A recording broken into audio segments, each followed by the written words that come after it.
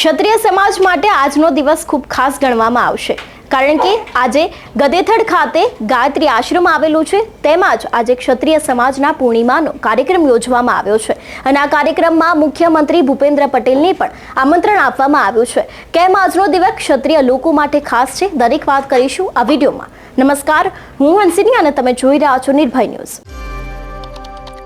છેલ્લા ઘણા સમયથી ક્ષત્રિય આગેવાનો છે, તેની સાથે જ સમગ્ર ક્ષત્રિય સમાજના લોકો છે તે ખૂબ જ વિવાદમાં રહ્યા છે. આ બધાની વચ્ચે આજે પૂર્ણિમાનું એક આયોજન કરવામાં આવ્યું છે અને આમાં કદાચ ક્ષત્રિયો માટે તો આ દિવસ ખાસ છે જ, પરંતુ તેનાથી ખાસ દિવસ લગભગ આજે ભાજપ માટે પણ હોય તેવું લાગી રહ્યું છે. સૌથી પહેલા તો ગદેથડમાં જે આ યોજાવાનું છે પૂર્ણિમા કાર્યક્રમ, તે કેમ ક્ષત્રિયો તેની સાથે જ ભાજપ માટે ખાસ છે તે સમજી લઈએ વરિષ્ઠ પત્રકાર જગદીશ મહેતા પાસેથી. આવતીકાલે ગધેથડની અંદર લાલ બાપુનું સંમેલન છે, ત્યાં આગળ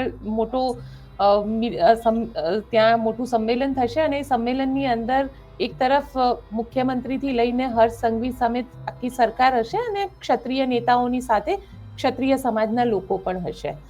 સમાધાનની ભૂમિકા હશે, એ જ હશે નહીં. દત્ત જયંતિ આ હિન્દુસ્તાનમાં પહેલી વાર નથી આવી. દત્ત જયંતિ એટલે ગુરુ દત્તાત્રેયનો જન્મ દિવસ. ગુરુ દત્તાત્રેય આ વર્ષે 2024માં જન્મ, આની પહેલા કોઈ જન્મ જ નથી. તો આની પહેલાના વર્ષમાં કા આવું ઉજવણી ન થઈ? આમાં કા સીએમ ના આવ્યા? આમાં કેમ ગૃહમંત્રી નહીં આવ્યા હોય? આમાં કેમ 1 લાખ લોકો ન ભેગા થયા? અને પાછા ક્ષત્રિય સમાજ દત્ત જયંતિને માનશે. બીજા લોકોને કઈ ગુરુ દત્તાત્રેયને તો પોતાને 24 જેટલા તો એને ગુરુ માનેલા. શું કામ? જેનામાં જે સારપતિ લઈ લીધી, કૂતરામાંથી વફાદારી લીધી, કબૂતરમાંથી શાંતિનો નિર્ણય લીધો, એમ ગુરુ દત્તાત્રેય. એટલે જેનામાં જે સારપ હોય, કોયલમાંથી કંઠ લઈ લ્યો, હંસમાંથી દ્રષ્ટિ લઈ લ્યો, મોતી ચણવા, કચરો ન ચણવો, આવા ગુરુ દત્તાત્રેય હતા. ગુરુ દત્તાત્રેય એટલે તો આજની તારીખે તમને કહો તો એને તમે એક મૂર્તિ સ્વરૂપે ભૂલી જાઓ. અટાણે આપણી દુનિયામાં અત્યારે જેમાં આપણે જીવીએ છીએ એમાં ગુરુ દત્તાત્રેયના જો તમે સદગુણ જેટલા છે એને અનુસરો તો લગભગ તમારે વાંધો ન આવે. કે જગતમાં બીજા બધાની ખામી ન જોવી, ખૂબી જોવી. કૂતરાની પાસેથી વાવ વાવ ભાવ ભાવ કરે એ ન જોવું. એક વફાદારીનો ગુણ છે એનો સારો, તો એ એટલું લઈ લો, બાકીનું એને કૂતરા પાસે રહેવા દો. કબૂતર પાસેથી ચરકે છે ને એ બધું ગંદકી ફેલાવે છે ને છોડી દો. તમે એમાંથી કમસે કમ એ ભોળું પ્રાણી છે એના એ ભોળપ જે છે તમે લઈ લ્યો. હંસ પાસેથી દ્રષ્ટિ લઈ લ્યો કે એ મોતી ચણે, બીજું કાંઈ નહીં. એવા મૃગજળ, તો આવી બધી જે સારી વાતો છે એ લઈ લ્યો તો તમે સ્વયં દત્તાત્રેયના, યા તો તમે દત્તાત્રેયના અનુયાયી છો યા ભક્ત છો, એ સાચા સાબિત થાય છે. પણ દત્ત જયંતિને અત્યારે તમે નિમિત્ત બનાવીને ગધેથડ આશ્રમમાં જે કાર્યક્રમ ચાલી રહ્યો છે, ત્યાં લાખ લોકો ભેગું થવાનું, એ લાખ લોકો બીજું કાંઈ નથી.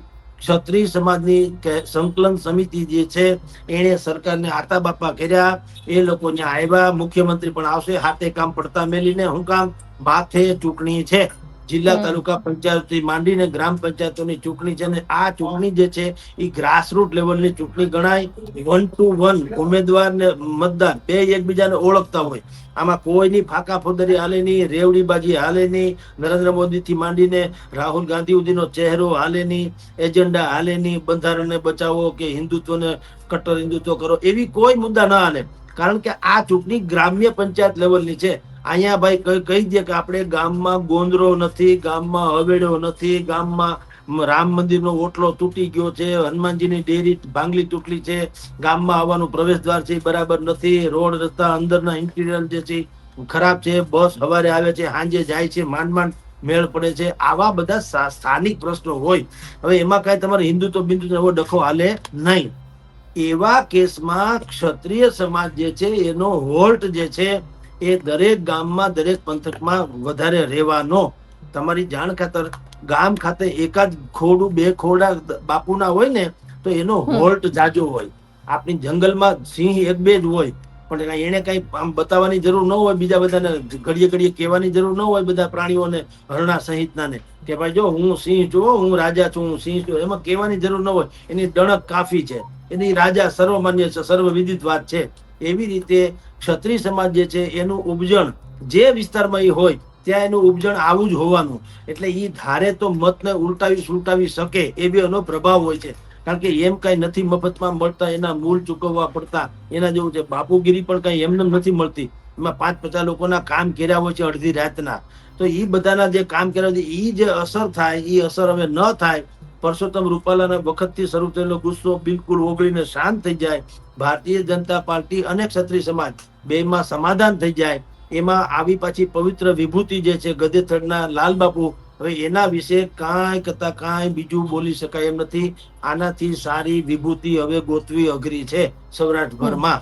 બિલકુલ આવી સાધક વ્યક્તિ છે, બિલકુલ જે હંમેશા લોકોનો આંતરનાદ સમજે છે અને પોતાનું અંતર્મન કે છે એમ જ કરે છે. એને કોઈ પક્ષ સાથે લેવા દેવા છે નહીં. એ તો સમજે સર્વથા સૌ સુખી થાવો, સમતા સૌ સમાચારો, સર્વત્ર દિવ્યતા વ્યાપો, સર્વત્ર શાંતિ વિસ્તરો, સર્વનું મંગલ થાવ એવી વાત કરે છે.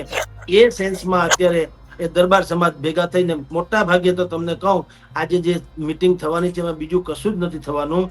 એક તો માફામાફી લાફાલાફી માફામાફી આવી જશે અને પછી કેટલીક બાબત ડિમાન્ડ જે છે સંકલન સમિતિ જે વર્ષોથી કરી રહી છે કે ભાઈ બીજી બધા બેન દીકરીઓને તમે 1500 રૂપિયા વિધવા સહાય આપો છો, પણ ક્ષત્રિય સમાજની દીકરી હોય, ભગવાન કરે કોઈને આવું ન સહાય મેળવવાનો વારો આવે, પણ આ જો કદાચ લેવું પડે તો અમને તમે 5000 આપો. શું કામ? આ દીકરી કે આ બેન જે કોઈ દુખિયારી થઈ હોય, દુભાણી હોય, એ બીજા બધા સમાજની જેમ બહુ ગામડે શ્રમિકમાં મજૂરી કરવા જઈ ન શકે કે ક્યાંય પણ બીજી કોઈ કામકાજે જઈ નથી. ઓઝલમાં રહેનારી બહેનો હોય છે, ક્ષત્રિયાણીઓ મર્યાદામાં રહેનારી હોય છે.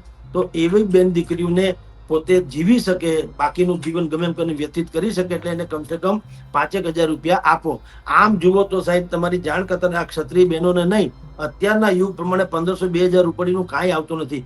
અહીંયા ગધેથરામાં જે કાર્યક્રમ છે એમાં તમે એ કાર્યક્રમમાં બાપુને આપણે કાંઈ કહેતા નથી, પણ જે સરકારી તામધામ જે છે બધા ત્યાંથી ગાંધીનગર ત્યાં આવ્યા, અડધા પડધા હેલિકોપ્ટરમાં, અડધા પડધા ઘોડાગાડીમાં, એટલે કે ગાડીમાં, પછી જેટલા ત્યાં ફાયર ફાઈટર ને ફલાણા ને ઢીકણા ને એ બધા ભેગું તમે કરો તો 1.5-2 કરોડનો ડખો થાય. હવે એટલા પૈસા તમે રોજ પાછા 5 કાર્યક્રમ હોય છે. ગઈકાલે અહીંયા રાજકોટમાં હતા સીએમ સાહેબ, 3 જગ્યાએ કાર્યક્રમ હતા, ડોમ બનાવ્યા હતા 1.5-2 કરોડના. તો આ બધી જે ખેલ જે છે એ ખર્ચા કરવા કરતા બેનો દીકરીઓ જે વિધવા થાય છે, ભગવાન કરે કોઈને થાય, એને 5 નહીં 10,000 આપો. આ કળી કાળ છે, અત્યારે ભયંકર મોંઘવારી છે. પણ ક્ષત્રિય સમાજ માનશે આનાથી? નહીં માને. અડધા હવે બધું વેર વિખેર થઈ ગયું બેન.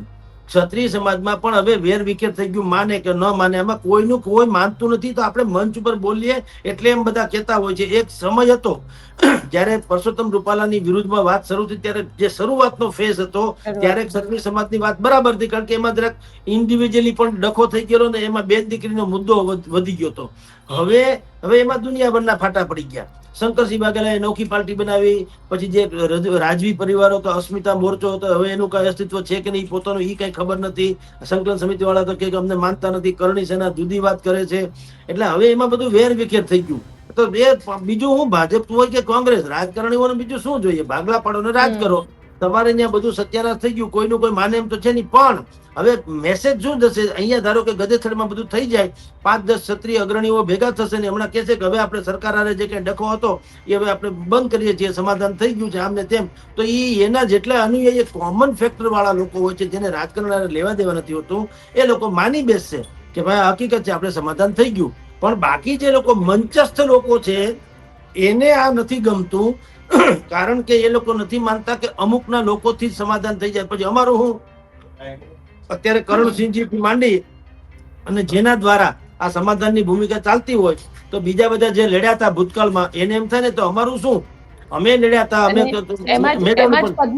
પદ્મિની બાએ ગઈકાલે મેં એમની સાથે વાત કરી અને પદ્મિની બાએ એવું કીધું કે બાપુએ આમાં વચ્ચે ન આવવું જોઈએ, કારણ કે આ મહિલાઓની અસ્મિતાનો સવાલ હતો એ વખતે જે લડાઈ થઈ હતી. મેં કીધું ને બેન કે આવું થશે, જે તમે કહો છો કે થયું જો, તો આવું થવાનું જ બેન. કે હજી આ લોકો છે કરણી સેનાના પૂછશે તો એ લોકો પણ કે છે, અસ્મિતા મંચવાળા કે છે એ લોકો કે છે, બધાય અલગ અલગ પ્રકારનું કે છે. પણ ભાજપ હોય કે કોંગ્રેસ, એને એ તો લાભ છે કે હવે તમારામાં એકતા નથી, પછી અમારાથી મોટો કોણ છે?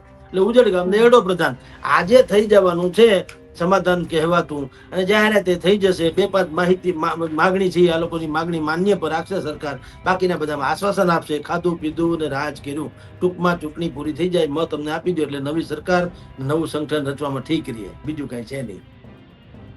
જોકે હવે આ કાર્યક્રમમાં શું નિર્ણય આવે છે તેની સાથે જ આ કાર્યક્રમથી ક્ષત્રિય સમાજ હોય કે પછી ભાજપમાં કોઈ રાજનીતિ હોય તે ગરમાય છે કે કેમ તે પણ એક સવાલ છે. તમારું શું માનવું છે આ વિષયને લઈને અમને કમેન્ટ કરીને ચોક્કસથી જણાવજો. તેની સાથે જ અમારી ચેનલ નિર્ભય ન્યૂઝને લાઇક, શેર અને સબસ્ક્રાઇબ કરવાનું ભૂલશો નહીં. નમસ્કાર.